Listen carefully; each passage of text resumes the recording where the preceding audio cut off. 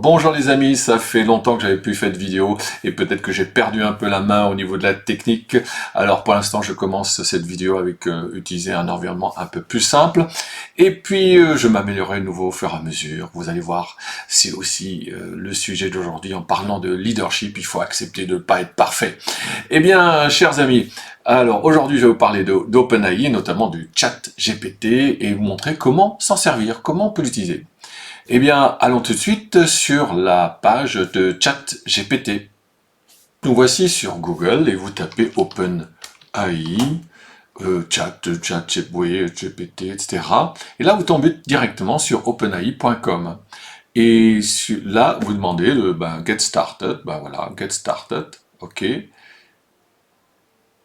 là, il vous demande de créer un compte. Donc vous créez votre compte, votre adresse mail, vous pouvez passer par Google, et une fois que vous avez créé votre compte, vous obtenez cette page. Alors nous voici donc sur OpenAI, ChatGPT, vous cliquez sur Try ChatGPT, ça peut aussi, et là vous avez votre page. Et ici, bien sûr, il suffit simplement en bas de poser la question. L'environnement est en anglais, mais vous pouvez très bien vous poser vos questions en français. Et je l'ai déjà fait. Vous voyez, j'ai déjà deux onglets à gauche ici, définition du leader, definition of a leader. Dans les deux cas, je l'ai fait en français. Je ne sais pas pourquoi, dans un cas, il me met un titre en anglais, peu importe. Dans tous les cas, il répond à vos questions. Première question, c'est quoi un leader? Voyons voir ce que nous répond ChatGPT. Voilà, il cherche.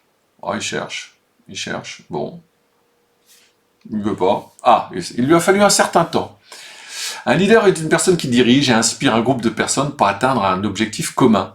Un leader peut être informel ou informel et peut exercer son influence par la persuasion, l'exemple, l'autorité formelle ou un mélange de ces moyens.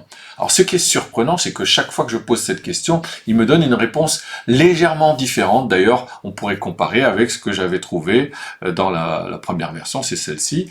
Vous regardez ici, la réponse était beaucoup plus complète. Dans le deuxième cas, la réponse est beaucoup plus courte et souvent plus simple à mémoriser. Un leader est une personne qui influence, l'autorité et la capacité à diriger, guider et inspirer un groupe de personnes pour atteindre des objectifs communs. Ma deuxième question, je vais vous la cacher, ma deuxième question, je vais la poser ici.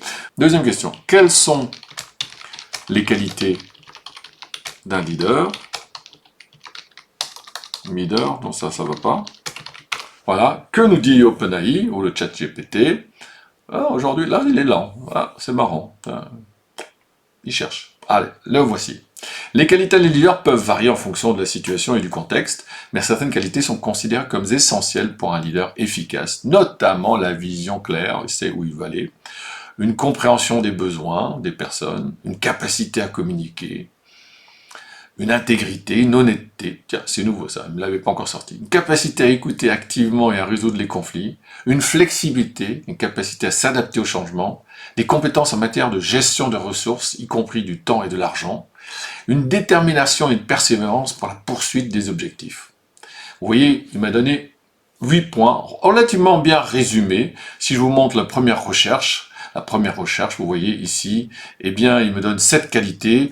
C'est un peu plus détaillé. L'étude de soi, connaissance de soi, l'éducation, c'est-à-dire le fait d'apprendre sur le sujet du leadership, de lire des livres, de travailler les relations interpersonnelles, la pratique, mettre en pratique, hein, on sait que ce que l'on pratique, disait Montesquieu, la communication qui revient constamment, puisque les leaders, forcément, ce sont des communicants, et quand on communique, on inspire, on motive, donc, et surtout aussi, communiquer, ça sous-entend de comprendre l'autre, et donc par conséquent, de comprendre soi-même, et d'avoir cette capacité d'empathie. Et quand on communique, forcément, eh bien, on a confiance en soi, on est assuré de ce qu'on va dire, et on sait qu'on a confiance, qu'on va bien le dire. Et en dernier point, le communicant, ou le leader, a cette capacité de s'adapter. Alors revenons donc à ma recherche. Je pourrais très bien continuer comme ça à poser plein de questions. Comment reconnaître un leader?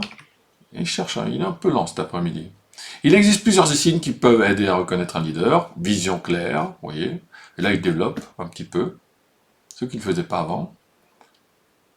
Deuxièmement, comportement proactif. Ah, tiens, c'est nouveau. ils prennent l'initiative, hein, la proactivité, c'est la capacité de ne pas attendre que le changement nous survient, c'est de le créer.